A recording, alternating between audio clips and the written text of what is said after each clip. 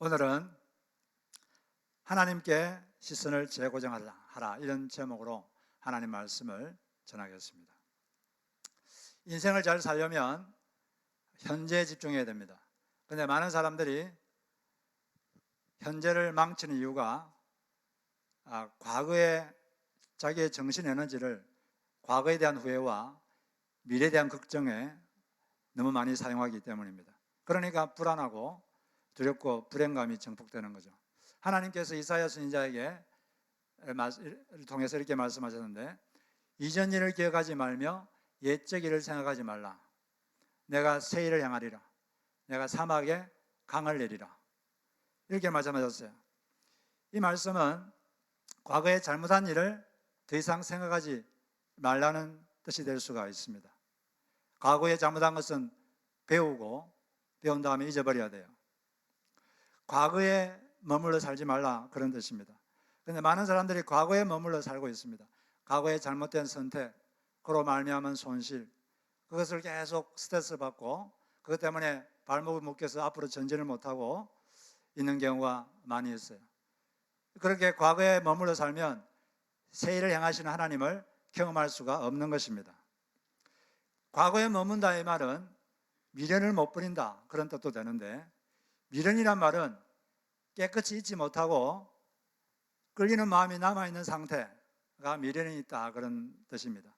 원래 미련의 어원을 보면은 죽은 사람에 대한 생각과 정이 완전히 가시지 않아서 죽음을 인정하지 못하고 있는 상태, 이게 미련한 상태입니다. 미련의 연자가 상복과 관계된 말이에요.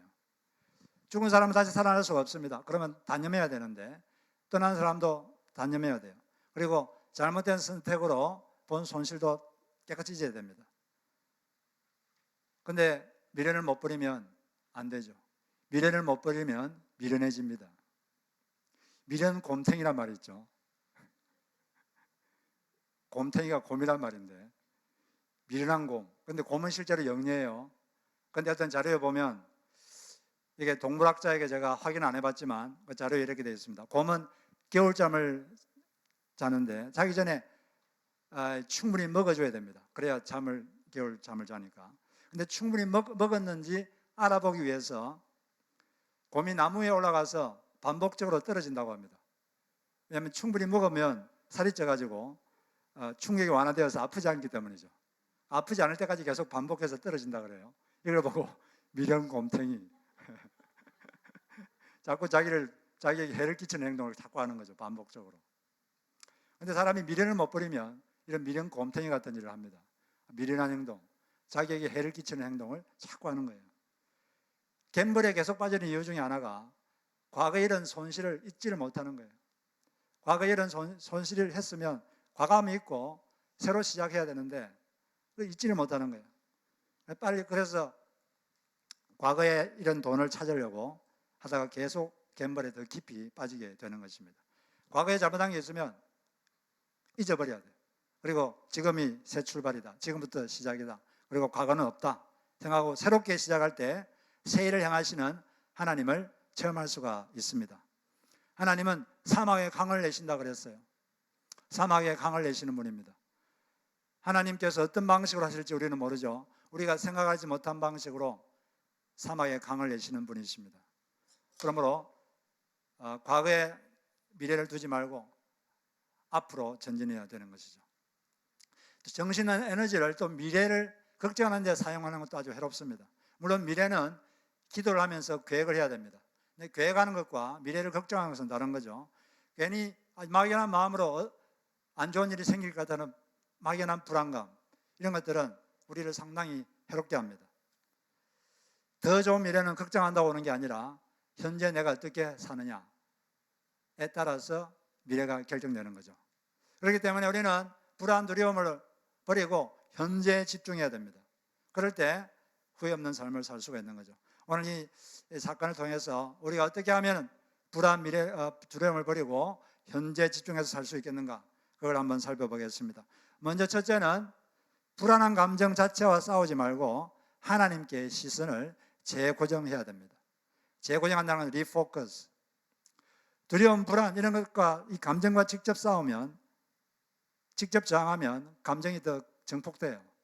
그러지 말고 자기의 시선을 하나님께로 재고정해야 됩니다. 리포커스. 그럴 때 우리 생각이 바뀌는 거죠.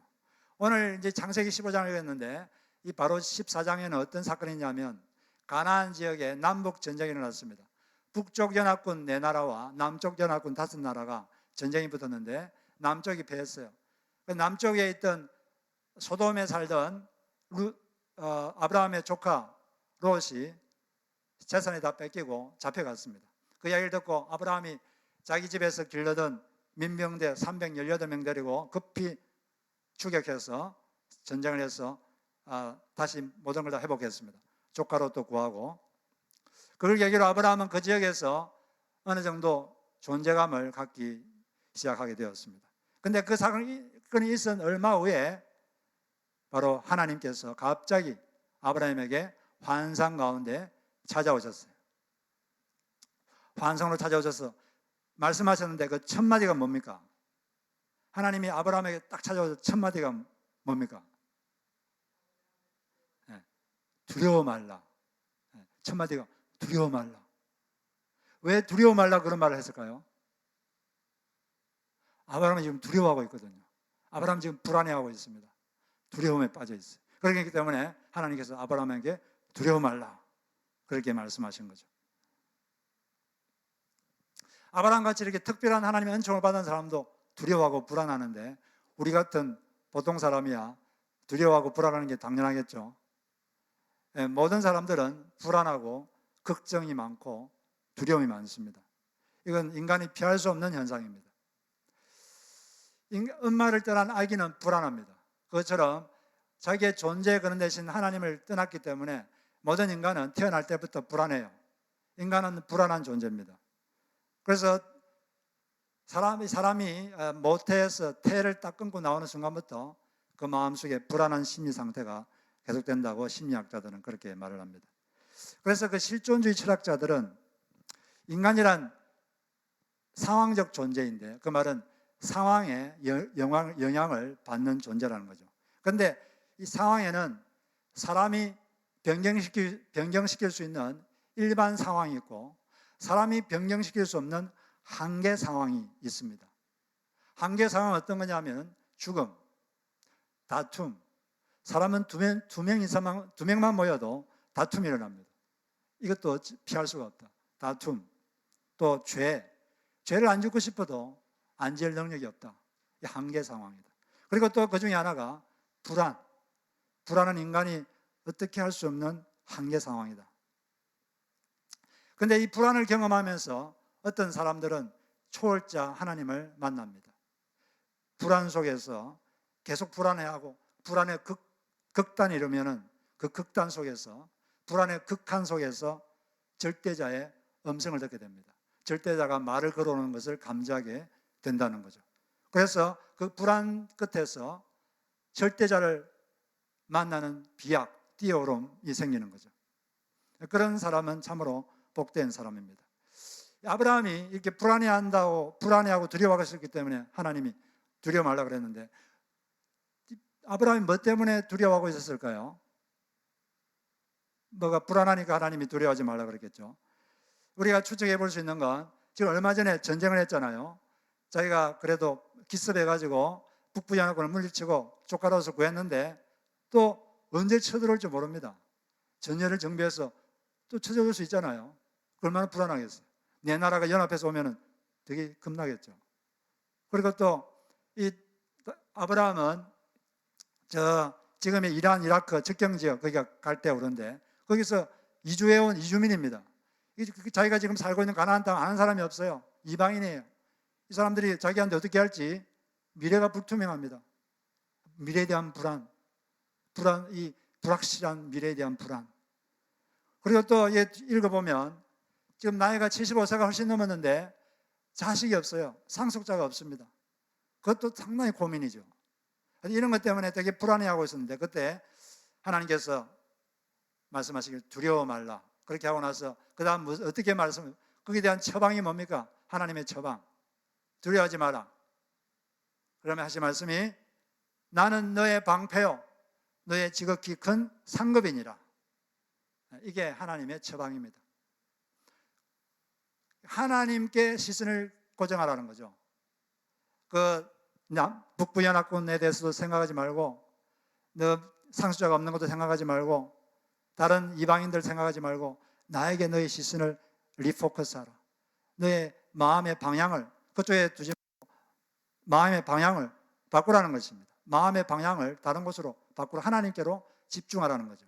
그리고 하나님이 너에게 어떤 존재인지 그걸 생각하라는 겁니다. 그리고 그걸 믿으라는 거죠. 그게 바로 하나님께서 아브라함에게 주신 처방책입니다. 걱정하지 말아야지, 걱정하지 말아야지. 그러면 걱정이 안 되죠. 걱정하지 말아야지, 염려하지 말아야지. 그러면 더 걱정됩니다. 나 이러면 안 되지. 내가 예수 믿는 사람 이러면 안 되지. 더 걱정돼요. 감정과 싸우면 더 감정이 증폭됩니다. 왜냐하면 감정과 싸운다는 것 자체가 자기의 그 시선이 그쪽에 집중하고 있다는 거거든요. 그 집중하면 집중할수록 그건 더 커지는 겁니다. 자신의 집중하고 있는 시선을 다른 데로 바꿔야 돼요. 하나님께로 바꿔야 되는 것입니다. 하나님이 얼마나 크신 분인가, 하나님이 나와 어떤 관계가 있는가, 그걸 자꾸 생각하고 그걸 입으로 언어화하고, 그것이 바로 마음을 다지는 그런 하나님의 방법이 되는 것입니다. 여기 보니까 하나님이 나는 너의 방패다 그랬어요. 방패는 보호해 주는 거죠. 하나님 우리의 방패인데 보이지 않는 방패입니다. 투명 방패. 여러분에게 하나님께서 투명 방패가 되어 주신 걸 믿으시기 바랍니다. 그리고 하나님은 나는 너의 상이다. 너의 상이다. 아브라함이 하나님께 순종해서 고향을 떠나왔습니다. 이란 이라크 접경 지역에서 먼 거리를 통해서 익숙한 것과 결별하고 하나님께서 가라 그랬을 때 알지 못하는 미지의 영역을 향하여 발을 내디뎠습니다. 오직 하나님만 믿고 떠난 거죠. 순종한 거죠. 그 순종한 아브라함에게 내가 너의 상이다. 내가 너에게 상을 주겠다. 내가 너의 방패다. 이렇게 말씀하셨습니다. 그 하나님은 바로 우리에게도 방패가 되시고 우리에게도 상이 되십니다. 그런데 상이 되시는데 하나님 그분 자체가 우리에게 상이 되시는 거죠. 히브리서 12장 6절에 보니까 하나님을 찾는 자에게는 상을 주신다는 것을 믿어야 된다 말씀하셨습니다. 우리가 간절히 주님을 찾으면 주님께서 상을 주는데 하나님 자체가 우리에게 상이 되시는 거죠. 그분이 우리를 찾아오시고 그분 자체를 주십니다. 그리고 찾아오신 다음에는 우리에게 뭐가 필요한지를 보시고 또 그 필요한 것을 상으로 주시는 거죠. 두려움과 불안은 좀 다릅니다. 두려움이라는 것은 명확한 대상이 있어요. 뭐 때문에 아주 두려워요. 근데 불안이라는 것은 어떤 특별한 대상이 없어요. 그냥 막연히 불안합니다. 막연히 불편한 감정, 뭔가 안 좋은 일이 일어날 것 같은 느낌, 이런 게 사람에게 되게 많아요.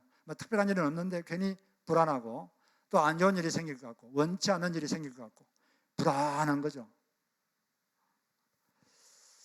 그때 우리는 마음의 시선을 주님께 고정해야 됩니다.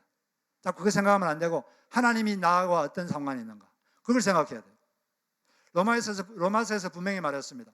생명적 삶과 사망적 삶은 무엇에 의해서 결정되는가?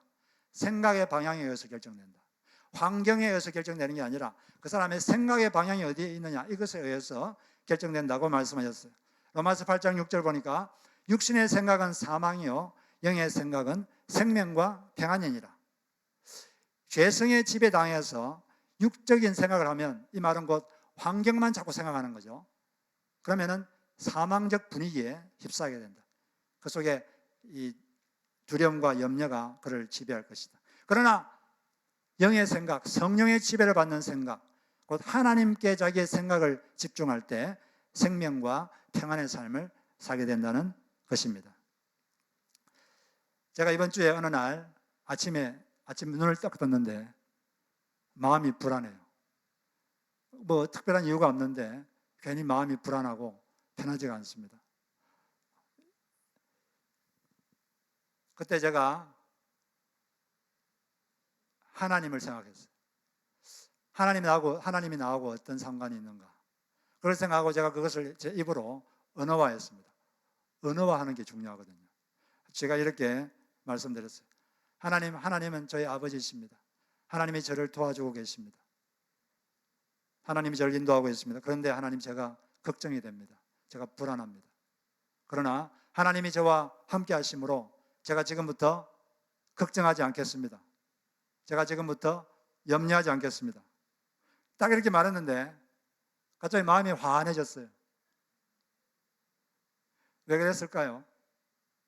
제가 하나님과 내가 어떤 관계에 있는지 그걸 제가 입으로 언어화하고, 내가 하나님이 그런 분이므로 제가 걱정하지 않겠습니다라고 제가 입으로 다짐하는 순간 하나님의 생명과 제가 연결되어서 끊겼던 생명의 흐름이 제게로 흘러 들어온 것입니다. 사람이 불안하고 두려워한다는 것은 하나님과 그 생명의 흐름이 끊긴 거예요. 하나님과 연결이 끊어졌기 때문에 불안하고 두려워하고 염려 걱정이 충만한 것입니다. 그럴 때는 즉각 자기의 시선을 주님께로 고정해야 돼요.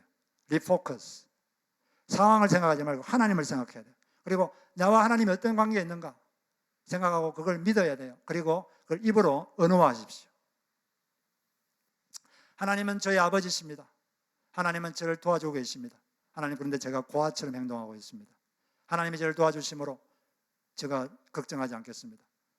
염려하지 않겠습니다. 이렇게 말하는 순간 여러분의 생명빛이, 하늘빛이 여러분에게 충만할 것입니다. 언어화가 되게 중요해요. 여러분이 마음이 힘들 때 누구한테 자기 마음을 언어화해 보세요. 그러면은 마음이 누그러집니다. 언어화의 아주 능력이에요. 그래서 걱정이 될 때 그 감정과 직접 다투지 말고 그 감정의 방향을, 시선을 하나님께로 바꿔야 돼요. 그리고 욕심이 날 때도 욕심을 내가 욕심 부리지 말아야 한다고 욕심이 없어지지 않아요. 더 큰 가치로 자기 시선을 돌릴 때, 집중을 돌릴 때 그때 욕심이 사라지는 것입니다. 그래서 우리는 이 불안과 두려움을 없애기 위해서는 감정과 다투지 말고 하나님께로 시선을 재고정하는 것이 필요한 것입니다. 그리고 두 번째는 말씀하신 대로 하실 것이라고 하나님을 확 믿어드려야 돼요. 어떻게 믿어야 된다고요? 그냥 확 믿어야 돼요. 하나님은 말씀하신 대로 하신다. 그냥 믿는 거예요. 그게 믿음입니다. 하나님께서 아브라함에게 내가 너의 상급이다 그러니까 평소에 하나님께 받고 싶었던 상, 그게 생각났습니다. 제가 자기의 가장 큰 고민. 그렇게 이게 말씀하세요. 여호와여, 무엇을 내게 주시려 하나이까? 나는 자식이 없사오니 나의 상속자는 이 다메섹 사람 엘리에셀입니다. 주께서 내게 상속자를 주지 아니하셨으니 내 집에서 길린 자가 나의 상속자가 될 것입니다. 그 당시에는 나이가 많이 들었는데 상속할 자식이 없을 때는 재산 상속을 조건으로 해서 노후를 보장해주고 또 사후의 장례를 책임질 양자를 입양하는 습관이 있었습니다. 그래서 아브라함도 자식이 없었기 때문에 자기 집에서 태어나가고 길러던 종 중에서 아주 신실한 종, 다메섹 출신 엘리에셀이라는 종을 자기 상속자로 내정하고 있었어요. 그런 상태였습니다. 그런데 그때 이제 하나님께서 답을 하셨어요. 그 사람이 내 상속자가 아니라 너의 몸에서 날 자가 너의 상속자가 될 것이다. 그리고는 밖으로 데려가서는 하늘의 별을 보라. 너의 자식이 이 별처럼 많아질 것이다. 그렇게 말씀했는데 그 말 상당히 믿기 힘들었는데 아브라함이 그 말씀을 그냥 확 믿었어요. 그러니까 하나님께서 아브라함이 하나님을 믿으니 이것을 그의 의로 여기시니라. 의로 여겼다는 건 뭐냐면 아브라함을 의로운 사람으로 인정을 해 주었다는 것입니다. 아브라함이 죄가 많은 사람인데 근데 의로운 사람이다. 너는 죄가 없다. 죄가 없는 사람이다. 이렇게 인정을 해 주신 거죠. 근데 아브라함이 하나님 믿었다 그랬는데 상당히 믿기 힘든 상황이에요. 왜냐하면 지금 아브라함이 지금까지 하나님께서 아브라함에게 자식을 주겠다고 약속한 게 지금 네 번째입니다. 네 번째가 될 때까지 말만 하시고 하나도 이루어진 게 없어요. 75세 때 갈대아우르에 있을 때 내 말을 듣고 나를 따라오면 너가 큰 민족이 되게 해주겠다. 그 말은 자식을 주겠다는 거잖아요. 그런데 자기는 기적적으로 뭔가 자식 생길 줄 알았는데 아무 일도 일어나지 않았어요. 그러다가 이제 하란에 가서 좀 있다가 가나안 땅에 왔습니다. 가나안 땅에 오니까 또 하나님께서 이 땅을 너의 자손에게 주리라. 그러면 자식이 있어야 되잖아요. 근데 또 몇 년이 지나도 자식이 없습니다. 그러고 있는데 또 13장에 보면은 조카 롯이 자기를 떠나갔어요. 떠난 다음에 하나님께서 또 아브라함을 보면서 동서남북을 바라보라. 너의 자손이 티끌같이 많아질 것이다. 그렇게 세 번째 말씀하셨는데도 또 몇 년째 자식은 전혀 없습니다. 그런 상황에서 또 하늘의 별을 보라. 내가 네 자식을 이처럼 많아질 것이다. 그럼 여러분 믿을 수 있겠습니까? 하나님도 저거 장난치시는 겁니까? 이렇게 생각할 수도 있을 텐데 아브라함은 그냥 그걸 확 믿었어요. 지금까지 하나님이 3번 말했지만 이루어지지 않았지만 또다시 말씀하심으로 또다시 믿겠습니다. 그러고 그냥 확 믿어드렸어요. 그러니까 하나님께서 너는 어려운 사람이다. 아브라함이 무슨 좋은 행동을 해서 그런 게 아니라 믿었기 때문에 아브라함을 어려운 사람, 하나님이 을을 그에게 증가시켜 주셨습니다. 믿음이 귀한 거예요. 바로 이 말씀이 바로 복음이 뭔지를 설명하는 최초의 말씀입니다. 로마서의 주제가 뭡니까? 로마서의 주제는 자기가 죄를 깨달은 죄인이 어떻게 어렵게 되는가? 그게 주제인데 어떻게 어렵게 됩니까? 믿음으로 어렵게 된다. 예수 그리스도를 믿을 때 어렵게 된다. 이게 로마서의 주제입니다. 그리고 갈라디아서 3장 6절에도 이 말씀을 인용해서 창세기 오늘 읽은 이 말씀을 인용해서 사람이 어렵다 인정받는 것은 율법의 행위에 의해서가 아니라 믿음이다. 이 사상을 말하고 있습니다. 그래서 하나님은 아브라함이 무슨 행동을 해서 그런 게 아니라 하나님의 말씀을 믿어주니까 그걸 가지고 너는 어렵다 이렇게 인정을 했습니다. 놀라운 거죠. 그만큼 믿음은 아주 중요한 것입니다. 하나님은 인간에게 바라는 게 크게 2가지가 있는데 첫째는 하나님을 신뢰해 드리는 거예요. 그리고 하나님을 사랑해 드리는 것. 이걸 제일 바라십니다. 여러분도 자식들이 여러분에게 어떻게 해주길 바랍니까? 부모님을 신뢰해 주길 원하잖아요. 그리고 사랑해 주길 원하고 하나님께서 인간을 이 땅에 존재하게 하는 제일 첫째 목적은 인간이 이 땅에서 하나님을 사랑하고 하나님을 믿는, 신뢰하는 법을 배우는 거에 제일 조건입니다. 제일 목적입니다. 이게 목적인데 아무리 돈이 많아도 아무리 지위가 높아도 이 하나님을 모르고 하나님을 사랑할 줄 모르고 하나님을 신뢰할 줄 모른다면 그 사람은 헛살은 것입니다. 아브라함처럼 하나님이 말씀하시면 말씀하시면 된다고 그냥 확 믿으시기 바랍니다. 어떤 믿음 좋은 청년이 군대에서 제대하고 복학을 했어요. 대학에 다니고 있었는데 학교 앞에서 하숙을 하고 있었는데 어느 날 겨울에 아주 심한 감기로 편도소염을 아주 심하게 앓게 됐어요. 아주 고열과 몸살의 고통으로 너무 아팠어요. 그런데 어머님이 살아계실 때는 어머니께서 미염도 끓여주시고 또 머리도 이렇게 만져주시고 그랬는데 너무 어머니가 그립고 너무 몸도 아프고 그래서 막 울다가 잤어요. 울다가 잤는데 자다가 꿈을 꿨는데 꿈속에서 그 당시에 자기가 다니던 교회 목사님께서 신방을 오셨습니다. 신방 오셔가지고 찬송가를 부르고 성경 구절을 읽어주셨는데 그 구절이 어떤 구절이냐니까 이사야서 49장 15절이었어요.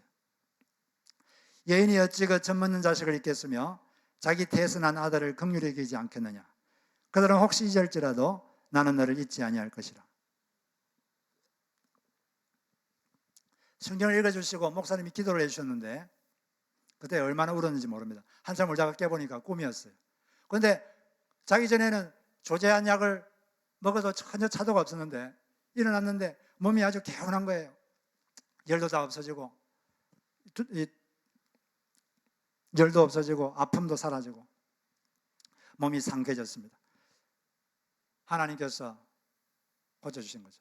그 은혜가 너무 고마워서 학교 앞에 있는 그 교회 가가지고 새벽 기도를 갔어요. 거기서 하나님께 감사하면서 또 울었다고 합니다.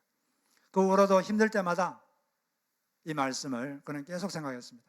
하나님, 저 기억하고 계시죠? 하나님이 저를 기억하고 있는 줄로 알고 있습니다. 그렇게 생각할 때마다 마음에 힘이 생기고 그 어려움을 이겨낼 수 있었다고 합니다. 그분이 참여했던 것처럼 이 말씀은 또 우리에게 주시는 말씀입니다. 이 성경에 있는 말씀은 우리가 아멘하고 받아들이면 다 우리 말씀이 되는 것입니다. 그러므로 하나님께서 어떤 말씀을 했는지 여러분 믿어주시기 바랍니다. 여러분이 누구에게 말을 했는데 뭘 말했는데 제가 그걸 어떻게 믿어요? 이렇게 하면 기분이 좋습니까? 다시는 그 사람하고 말하고 싶지 않죠. 그러나 무슨 말을 했는데 그대로 믿어주고 그걸 신뢰하고 그러면 그 사람이 너무 좋습니다. 하나님도 마찬가지예요. 무슨 말을 하면 그대로 믿어야 돼요. 그 사람을 좋아하시고 그 사람에게 하나님은 은혜를 부어주시는 것입니다. 이런 말씀을 믿어야 됩니다. 또 이사야에서 이런 말씀이 있는데 46장 3절 4절에 보면 야곱의 집이여 하나님 백성이여 내게 들을지어다. 배에서 태어남으로부터 내게 안겼고 태에서 남으로부터 내게 업힌 너희여. 태어날 때부터 하나님 그를 안고 업는다는 거죠. 너희가 노년에 이르기까지 내가 그리하겠고 백발이 되기까지 내가 너희를 품을 것이라. 하나님은 여러분이 태어날 때부터 그 순간부터 여러분을 안으시고 업으십니다. 언제까지 그렇게 하십니까? 백발이 될 때까지, 노년이 될 때까지 그렇게 하십니다. 이 말씀을 그냥 확 믿으세요. 믿음을 가질 때 그 말씀이 여러분 것이 되는 것이고 그 믿음을 통해서 하나님의 생명이 여러분이 흘러 들어오는 것입니다. 믿음이 하나님의 능력이 흐르는 관입니다. 그러므로 말씀을 믿고 입으로 언어화하세요. 그럴 때 체험이 되는 것입니다. 세 번째는 어떻게 불안과 두려움을 버리고 현재에 집중할 수 있는가? 세 번째는 괜히 걱정하지 말고 자신이 할 수 있는 일을 미루지 말고 게으르지 말고 적시하라. 어떻게 하라고요? 적시하라. 사람이 해야 될 일을 안 하고 있으면 불안합니다. 수험생이 공부 안 하고 TV 보면 편안할까요? 불안합니다. 언제 평안이 오느냐? 해야 할 일을 할 때 평안한 거예요. 빌립보서 4장 9절을 보니까 너희는 내게 배우고 받고 듣고 본 바를 행하라. 그리하면 평강의 하나님이 너희와 함께 계시리라. 뭔가를 알고 있는 것으로는 안 됩니다. 알고 있는 걸 행해야 돼요. 행할 때 그때 바로 평안이 오는 것입니다. 자꾸 미루고 있으면 저기 불안해요. 어떤 사람이 회사에서 중요한 발표를 앞두고 있다고 합시다. 불안해할 수 있겠죠. 내 발표를 듣고 혹시 잘못해가지고 실수해가지고 사장님이 나를 자르면 어떻게 하지? 또 상사가 내 발표하는 걸 보고 마음에 안 든다고 그 이후로부터 나를 힘들게 하면 어떻게 하지? 또 동료들이 나를 실력이 없다고 나를 무시하면 어떻게 하지? 막 이런 두려움, 불안이 있을 수 있습니다. 그런데 그렇게 불안하고 염려한다고 일이 해결되는 게 있습니까? 아무것도 해결되는 거 없어요. 그런 막 불안, 두려움이 있을 때는 아까 말한 것처럼 하나님과 내가 어떤 관계에 있는지 자기 시선을 하나님께로 재조정해야 돼요. 그리고 그걸 언어화해야 됩니다. 하나님, 저는 하나님이 저를 도와주는 것을 믿습니다. 하나님이 저를 도와주는 것을 믿습니다. 하나님이 저희 아버지이십니다. 그러므로 제가 걱정하지 않겠습니다. 대신 제가 할 수 있는 최선을 다하겠습니다. 그리고 결과를 받아들이겠습니다.